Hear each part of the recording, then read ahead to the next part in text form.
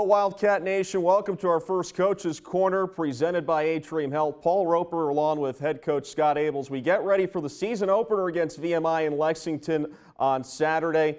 Coach, glad to be here. I can't wait to get it started. And although it's been a shorter than usual off season, it's been jam-packed with activities. Let's talk about what happened on Friday. Wildcats, of course, coming off of a Pioneer Football League championship, and you surprised them with some hardware. Oh, we did. What a great way to end camp as we head into this fall. The rings came in, and we surprised the guys with a little ceremony. Brought President Quillen down, right, and Chris Clooney, and celebrated with the troops. And it's good to put that behind you. As you head into the fall and to the next season, and being such a quick turnaround, that's been the balancing act, right? Because you want to make sure that the guys have the opportunity to celebrate what we accomplished last year, but at the same time, you really have to look ahead and focus on the task in front of us, which is now, the fall 2021 and VMI. Now, of course, last year, a bit of an unusual season, being that it was played in the spring, but also not many fans in attendance, really friends and family of the players. This year, the fans get to come back, and a couple of weeks ago, the fans were out in full force at FanFest to meet their Davidson Wildcats. How was that event? Oh, it's such a great event that, is fairly new to our athletic department. Something that Chris brought in, and we started a few years ago, and then the pandemic hit, and it really brought us back to a sense of normal, right? Having our fans there, our players signing autographs, and spending time with the community that means so much to our campus and to our program. So what a great event. Very grateful for our Wildcat fans for coming out. Certainly, and of course, you'll be able to come out next week when Shaw University comes into town for the home opener at 7 o'clock on Saturday, September 11th. Of course, we're getting ready for VMI on Saturday up in Lexington. And before we get into that season preview, that Lexington's a town you're very familiar with. Of course, you were at Washington and Lee for several years, which is located across the street from VMI, if I'm not mistaken. So what will it be like to go back to your, what was your adopted hometown for a little while for your first game of the year on Saturday? Yeah, it's an exciting time for myself, my family, and my extended family and our coaching staff, right? I spent 10 seasons there, right? I finished raising my kids in Lexington. Both my children went to the high school there, played sports there, and so we have great memories and great friends. And so we're looking forward to being back there. I'm extremely good friends with the VMI staff and their head coach, and it's a great season opener for our program, right? A chance to measure ourselves. They're preseason ranked 12th in one of the polls, right? This will be our 4th ranked opponent in the last 8 games, which is kind of hard to fathom for our fans and our followers who knew where this program was 3 years ago, right? And so to go up there, and it will be maybe the best atmosphere this program's played in front of in decades. Oh, no doubt. And then, of course, without further ado, let's kick it off for our season preview. We'll go position group by position group. And of course, we'll start with the quarterbacks. Now, Tyler Phelps did a remarkable job really learning your system and doing what he was asked over the last 3 years. But now we turn the reins over to somebody new. Who should we expect to see this Saturday? Well, certainly, you make some good points there with Tyler and our comfort level and what a great job he did with our program and our offense. But, Lewis has been really the understudy since he transferred in here from Furman 3 years ago in my first fall, and has had the opportunity to play in quite a few games over his first 3 years. So we have a ton of confidence in Lewis, and he's been named the game day 1 starter, and but we have a lot of confidence in our number 2 guy, Elijah Burrell, right, who's a sophomore from California who's really from the time he arrived here has impressed everybody, and he's had a great camp, and I expect that our fan base will see them both week 1. And of course, I liked what I saw from both of them when I attended practice last Thursday. So certainly some very exciting future for the quarterback that'll be lining up in shotgun. But of course, the rushing game, big part of this offense. And you've got 2 terrific all-league running backs in Coy Williams and Dylan Sparks. Oh, certainly. What a difference a year makes, right? We entered last spring, and we had graduated almost 3,000 yards of rushing offense as we headed into the spring. And so the exact opposite. We returned all of our rushing offense from last, except for Tyler, except for our quarterback position, but everybody in the backfield. And we get a few back that were injured last spring, right? Ayers Hilliard played very little last spring, was hampered by a hamstring the entire spring season. And Eli Turner, though he played a lot, was really hampered with a turf toe. we get those guys really fully back and healthy. And I couldn't be more excited about our backfield and what we're going to bring to this offense this year. They're very talented, they're experienced, they're veteran, and that's going to be great for our young quarterbacks to lean on. And of course, a good running game isn't good without a terrific offensive line. You have 3 starters returning, including Khalil Miller, who had all-league honors coming into this year. What do you think about the makeup of your offensive line as you go into the fall season? Well, I think the first thing that jumps out at me is we're extremely athletic up front, right? And I think that's due to here we are the first time the roster is filled with 4 years of our recruiting, and it's one of the emphasis we put on our program, but especially up front, we put a premium on guys that can move and run more than maybe size, right? So you're going to see a very athletic group up front, anchored by the 3 returning starters, and Cole Foley and Khalil and Chris Kuroga. Now you'll see Chris inside this year.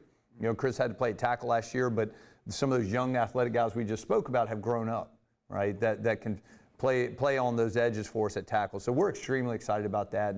And you return Jackson Terrell at tight end, right? We get Lucas Raber back, who missed all spring with an injury, right? Jake Staliski. So we feel like we're very deep at the tight end position as well. So excited about that group up front, and the holes are going to pay for our guys. And staying with the offense before we go to the defense, I can't forget about the wide receivers. When I was there Thursday, I was very impressed with some of the catches that Jaden made. And, of course, you have Jalen Staples, who has done a terrific job in taking that pass and going deep with it. What do you make of your receiver core this year? Well, I think the first thing that jumps out at me, last year we were incredibly deep there, and we graduated 2 seniors. But what experience we have back with Stapes. He's had a great career for us, and he's a matchup problem, game in and game out, and we know that. We're expecting Jaden Waddell to, and you mentioned you saw some great catches out of him in practice, and Jaden's done some kick returning for us. He's lined up at quarterback at times.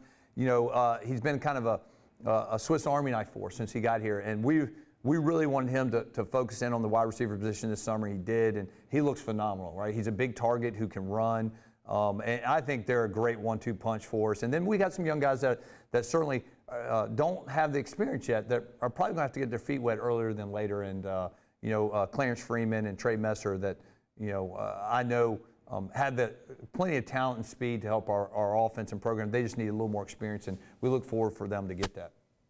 And staying in the trenches, and also speaking of growth, let's talk about the defense and the defensive line led by Jonathan Hammond. He was the Freshman of the Year defensively for the PFL, and he seemed to be involved in everything last year. He had an interception, he recovered a fumble in the end zone for a touchdown, was able to get through the quarterback a few times. Just a force in his first season. What leaps have you seen from him during this short off season? Well, I think the thing we saw is a college weight room jump on him, right? He came back in phenomenal shape. He's put on about 15 pounds of muscle. He looks better than ever, right? And so we're excited about what he brings to our program. And now we've had some time to, how do you build around that, right? He's such an explosive player for us. And so I'm excited to see the defense, and now that we know what we have in a guy like Jonathan Hammond, right? How does that influence the rest of the defense up front? And up front, we feel great. I think, we're as talented as we've been. We can move well. We'll return Jordan Reed, who, like, some of the guys I mentioned on offense, we had, Jonathan Hammond got an opportunity because of our injuries last year. We had quite a few injuries on defensive line, and so guys that weren't able to really be truly impactful last spring because of injuries, like Jordan Reed, who's a captain, is back fully healthy, looks great. Tyler Solomon, right, who had surgery, missed our last 4 games last year, is back fully healthy, excited, right? Chichi Odo, who got hurt last year, is not back quite yet, but will be back as we get midway through the season. So we're excited about that group. And, I think one of the newcomers that, Tyrese White, people can look to hear his name called, will line up opposite of Jonathan Hammond. He's a kid from the Virginia Beach area, very athletic, maybe one of our top fastest 5 kids in the program, can really run. And he's put on another 10 pounds of muscle, just a sophomore. And Aaron Warren, who had a great freshman campaign. So we're really deep up front on defense. We're athletic.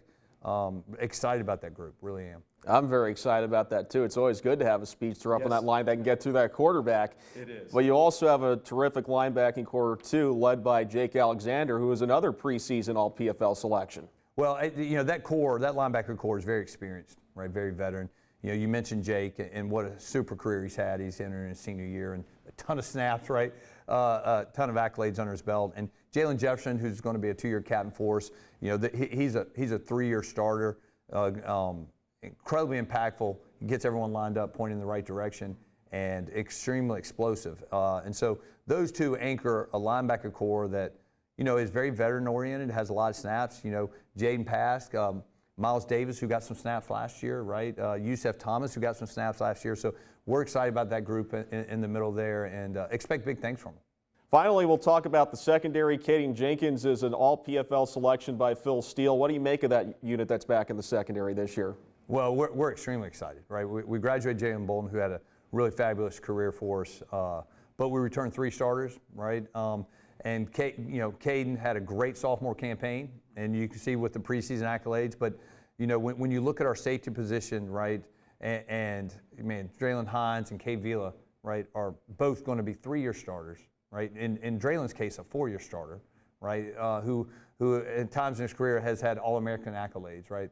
So much experience, and you know, you can look for guys like Quentin James who really played some last year in some pivotal times when guys were banged up, to really be impactful this year, right? To fill the shoes of Jalen graduating, and you know, Nick Bakers is another guy that you're going to see run around the field, right? That has really, you know, had a great, what I call, you know, workman's-like career, right? He's been on a lot of special teams and just kept working and getting better at his craft, and now, you know, he's a young man that you'll see us rotating in the secondary, and excited about the talent that we have back there, right? I think we have really 6 or 7 kids that we're excited about rotating in back there, right? That Brian Jacobs is another safety that played a lot last year in some pivotal games that we're excited that, you know, having some more experience under his belt, right?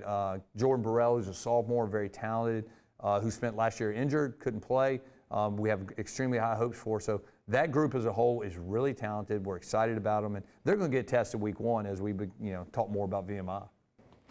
Of course, we can't forget about the 3rd unit and that special teams. If anybody watched Nebraska and Illinois the other day, know how important special teams can be. But fortunately, you're very strong back there. You have a couple of, you have a punter and a kicker that were all PFL 3rd team by Phil Steele, and you also have a terrific returner in Mark McCurdy, who is going to make the next step this year as a sophomore.